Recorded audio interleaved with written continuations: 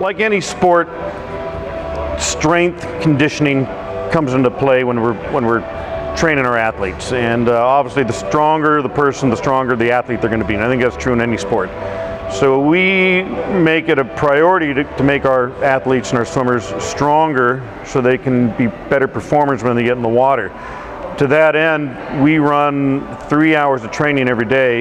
An hour of that, 1/3 of it, is devoted to our strength and conditioning, which takes place out of the pool. And in the swimming community, we call that our dry land, because we're not in the water anymore. And I use it.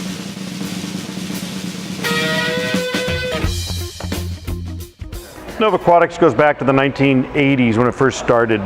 Since then, we've had several Olympians, national record holders, gold medalist, dating all the way back to the '80 Olympics of John Mikkonen, and several others since then, Amanda Beard, Jason Lezak and such, and Aaron Pearsall. So we've had a storied history of our program that's made us a recognized program nationally and actually internationally. We've had several international swimmers come train with us based on our recognition and our achievements through the world.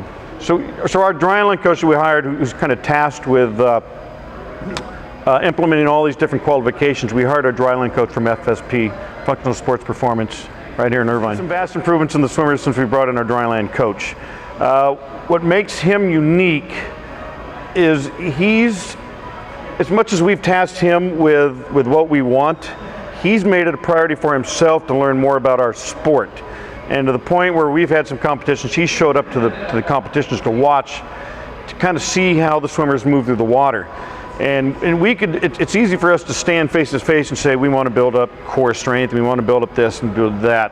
But then it's for him to kind of question, to say, okay, what are we building the core strength for? What are we building these other strengths for? How are they used in a water and a fluid environment?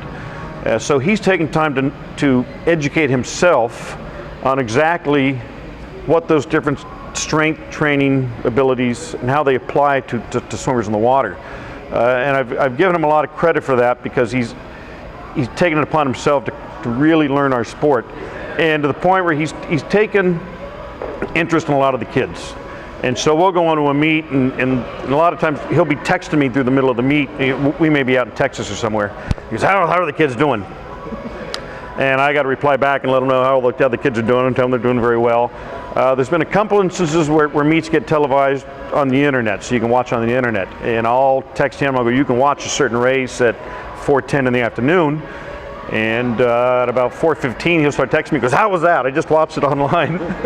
So he takes a very big interest in the kids and how they're performing. So he has pride too in the performances of the kids, and he takes some ownership in their training and their sport as much as I do. So I'm very pleased with that.